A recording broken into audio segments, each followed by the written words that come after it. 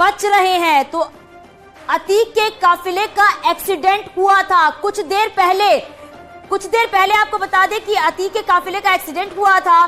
काफिले की गाड़ी से मवेशी टकराया था। ये अपडेट दे रहे हैं आपको कुछ देर पहले का। खरई चेक पोस्ट के पास ये मवेशी टकराया था। तस्वीरें भी आप देख सकते हैं। ये तस्वीरें कुछ देर पहले की है जब ये काफिला आगे की तरफ बढ़ रहा था, उसी के दौरान इस काफिले का एक्सीडेंट हुआ था। ये कुछ देर पहले की तस्वीरें आपको दिखा रहे हैं। तस्वीरें भी आप अपने टीवी स्क्रीन पर देख सकते हैं कि एक मवेशी आया था, मवेशी के टकराने के बाद ये एक्सीडेंट हुआ था। देखिए कुछ देर पहले की तस्वीरें आप अपने टीवी स्क्रीन पर देख रहे हैं कैसे ये काफिला आगे की तरफ बढ़ रहा है और उसी के दौरान बीच में ये मवेशी आता है और ये एक्सीडेंट होता है और उसके बाद ये काफिला आगे बढ़ जाता है। ये अपडेट आपको दे रहे हैं। तस्वीरें भी आप उस वक्त की देख रहे हैं जब ये मवेशी इस गाड़ी के आगे आया था। हमारे सहयोगी अमित लगातार हमारे साथ बने हुए हैं। अमित, वो तस्वीरें भी अपने दर्शकों तक हम पहुंचा रहे हैं जब काफिले के आगे ये मवेशी आया था और अतीक के गाड़ी का एक्सीडेंट हुआ था, अतीक के काफिले की गाड़ी का एक्सीडेंट हुआ था। देखिए, निश्चित तौर पर यह एक वाकया हुआ था, लेकिन इसने सबके होश उड़ा दिए, क्योंकि जिस प्रकार से हर एक पुलिस स्टेशन जैसे जैसे पार हो रहा है वैसे वैसे मैसेजेस भी कन्वे हो रहे हैं कि ये पुलिस स्टेशन सकुशल पार हुआ।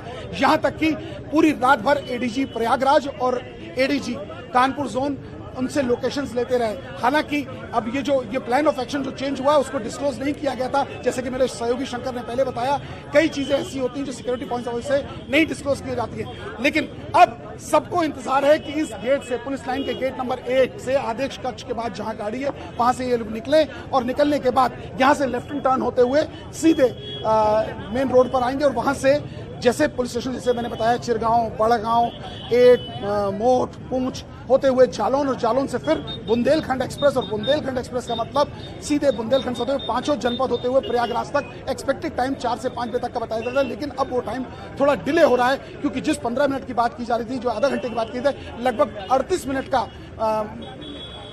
लगभग 40 मिनट का लगभग समय होने को हो रहा है और अभी भी काफिला अंदर मौजूद है और लोगों को तैयार किया जाए। जो हमारे सोर्स ने बताया कि जो बॉडी प्रोटेक्टर थे अब फिर से उन्होंने बांध ली है और अब यहां से जाने की तैयारी हो रही है ताकि समय से प्रयागराज पहुंचाया जा सके। अमित, और कितना वक्त लगेगा, क्योंकि 40 मिनट यहाँ पर हो चुका है, अब कितना वक्त लगेगा प्रयागराज पहुंचने में? और अब तो ये भी है कि 10 बजने वाले हैं, क्योंकि अब थोड़ी बहुत जाम की भी स्थिति देखने को मिलेगी। तो जिस गति से ये गाड़ी आगे, काफिला आगे बढ़ रहा था, उसमें कहा जा सकता है कि थोड़ा और वक्त लग सकता है प्रयागराज पहुंचने में।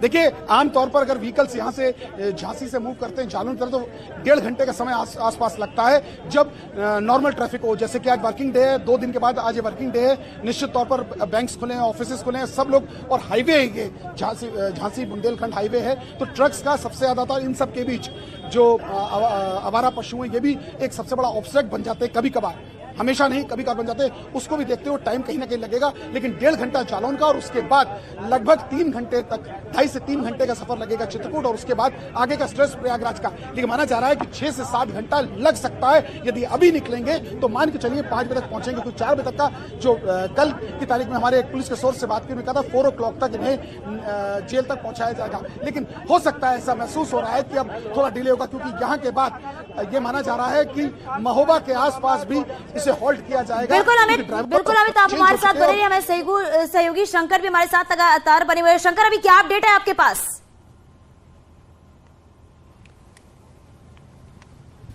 देखिए, इस वक्त में हम लोग इंतजार कर रहे हैं अब थोड़ी देर बाद यहाँ से रवानगी के लिए, और जो ब्रेकफास्ट का जो वक्त है वो पूरा हो चुका है, लेकिन जो काफिले वाली गाड़ी है उसमें पेट्रोल, डीजल, उसको भी बकायदा देखा जा रहा, जांचा जा रहा है। उसके साथ ही बिल्कुल शंकर, आपके पास वापस लौटूंगी, लेकिन अतीक के परिवार का क्या कुछ कहना है वो भी अपने दर्शकों को सुनाते हैं। असद स्टूडेंट है, आप कह रहे हैं कि स्टूडेंट है, आप कह रही हैं आप उनके रिश्ते में बुआ लगती हैं, लेकिन बावजूद आप दुआ कर रही है, अल्लाह से सब नहीं कर रही है कि उसको सरेंडर करना चाहिए कानून के। रमजान का महीना, क्या कहेंगी दीदी आप? नहीं, लेकिन एक परिवार का हिस्सा हो के आपको पता ही नहीं है कि शाइस्ता परवीन और असद ये लोग कहाँ पर हैं? आप लेकिन परिवार के सदस्य कुछ भी कहने से, यानी कहीं उनकी फैमिली मेंबर्स इस चीज, लेकिन अधिवक्ताओं का साफ कहना है कि वो लगातार वहां से बने हुए हैं। जी चांदनी,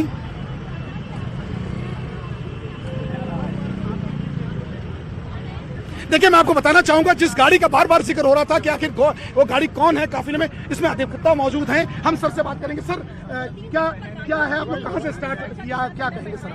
हम इनके नहीं, कोई खास वजह नहीं है। हम इनके चूंकि अधिवक्ता हैं, सुरक्षा की दृष्टि से हमारा जो फर्ज बनता है कि अपने हम क्लाइंट के साथ आए, तो चूंकि बड़ा मामला है तो इनके साथ हम राजस्थान से आ रहे हैं। सर, अब कहाँ तक आप इनके साथ जाएंगे और क्या इस नेक्स्ट प्लान ऑफ एक्शन आपका क्या है? नहीं, चूंकि हम खुद जनपद प्रयागराज के जो अधिवक्ता हैं हाईकोर्ट के, तो हम इनको प्रयागराज ले जा रही है पुलिस, हमको प्रयागराज जाना ही है। सर, इनकी फैमिली में और कौन कौन से मेंबर हैं जो इस टाइम गाड़ी में मौजूद हैं? सर, इनकी बहन है और बहन की बच्चियां हैं जो बैठी हैं गाड़ी में।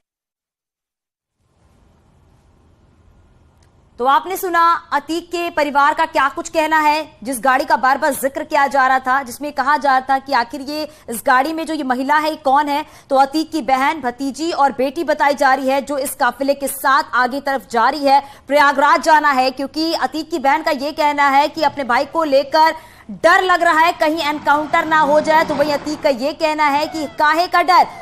और हमारे सहयोगी शंकर लगातार बने हुए हैं। शंकर, बताइए क्या अपडेट है आपके पास? अब क्या काफिला निकलने वाला है या कुछ और वक्त लगेगा?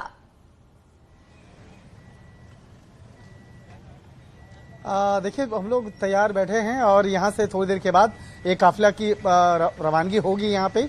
तो अब आके मैं भी अपने वाहन में बैठ चुका हूँ, लेकिन यहाँ से निकलने से पहले उन तमाम तकनीकी चीज़ों को भी यहाँ पर खंगाला जा रहा है कि किसी भी वाहन में कोई किसी तरह की तकनीकी प्रॉब्लम ना हो। और इसके साथ साथ जो यहाँ पर उचित तरीके से सारे रूट को भी यहाँ पे समझा जा रहा है। जो रूट होगा उस रूट को तमाम जो पायलट होंगे, जो उस पायलट के काफिले में चलने वाले पायलट हैं, उनको बताया जा रहा है कि रूट कौन सा लेना है, कहाँ से लेफ्ट, कहाँ से राइट, उन तमाम चीज़ों के बारे में बताया जा रहा है। तो एक जो अधिकारी हैं जो साथ में इस पूरे काफिले में सब चल रहे हैं, उनको एक ब्रीफ किया जा रहा है, उनको बताया जा रहा है कि किस तरह से, किस रूट पे लेना है, किस मार्ग से कहाँ से निकलना है। तो इसके बारे में जानकारी दी जा रही है, जिससे कि यहाँ से प्रयागराज जाने में कहीं भी कोई भी गलत रास्ता अख्तियार ना हो सके, कहीं गलत रास्ते पे जा ना सके, इसलिए यहाँ पर रूट की भी जानकारी दी जा रही है। तो रूट की जानकारी होना बेहद जरूरी है। हालांकि तमाम पुलिसकर्मियों को जानकारी होती है, लेकिन एक औपचारिक तौर पर यहाँ बताया जा रहा है कि किस रूट से जाना है। इसके साथ ही जो रास्ते में जो बहुत सारे जो संदिग्ध वाहन भी प्रवेश कर रहे हैं या कुछ लोग प्रवेश कर रहे हैं, तो उसकी जो फोटोग्राफी हो रही है, उस फोटोग्राफी के बारे में भी पुलिस अधिकारी अपने जवानों को बता रहे हैं कि हर एक संदिग्ध गतिविधियों पर नजर रखना है। और बिल्कुल शंकर, आपके पास वापस लौटेंगे। अमित भी लगातार हमारे साथ बने हुए हैं। अमित, अभी आपके पास क्या जानकारी है? क्या काफिला अब आगे बढ़ने वाला है या कुछ और वक्त यहाँ पर भी देखने को मिलेगा? हालांकि अभी शंकर बता रहे थे कि वो आगे के लिए रूट मैप जो है वो तैयार किया जा रहा है, किस रूट से अब आगे बढ़ना है।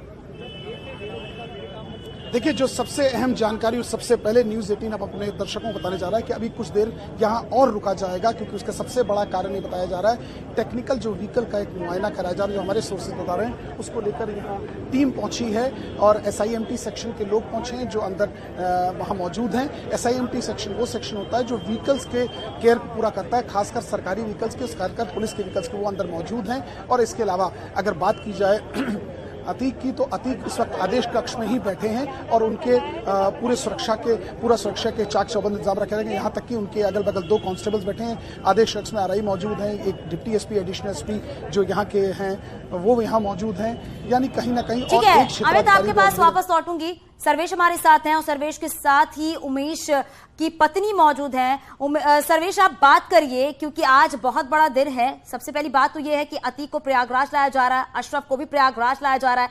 कल अहम सुनवाई होनी है कोर्ट में।